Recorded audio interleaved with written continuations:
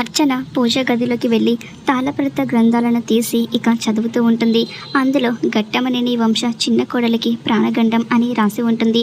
అది చదివిన వెంటనే అర్చన షాక్ అయిపోతూ, అంటే అమ్మకు ప్రాణగండమా అని చాలా కంగారు పడిపోతూ ఇక అవనికి ఏం కాకూడదు అని దేవుణ్ణి ప్రార్థిస్తూ ఉంటుంది. ఇక ఇంతలో అందరూ కూడా వేదవతి ఇంట్లో భోజనానికి కూర్చుంటారు.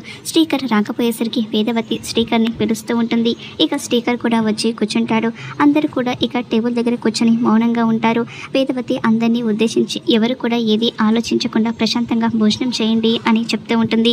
ఇక అందరూ కూడా ఏం మాట్లాడకుండా అలానే ఒకరినొకరు చూసుకుంటూ ఉంటారు. ఇంతలో అవని అక్కడికి క్యారేజు చాప పట్టుకొని వేదవతి ఇంటికి వస్తుంది. ఇక అక్కడికి వచ్చి రాగానే గట్టిగా విజిల్స్ వేస్తూ ఉంటుంది. విజిల్ శబ్దం వినేసరికి ఇదేంటి ఈ టైంలో ఎవరొచ్చారు, విజిల్ వేస్తున్నారు అని ప్రసాదరావు అంటూ ఉంటే, ఏమో నాన్న నిన్ను వెళ్ళి చూస్తానుండండి అని శ్రీకర్ అంటూ ఉంటాడు.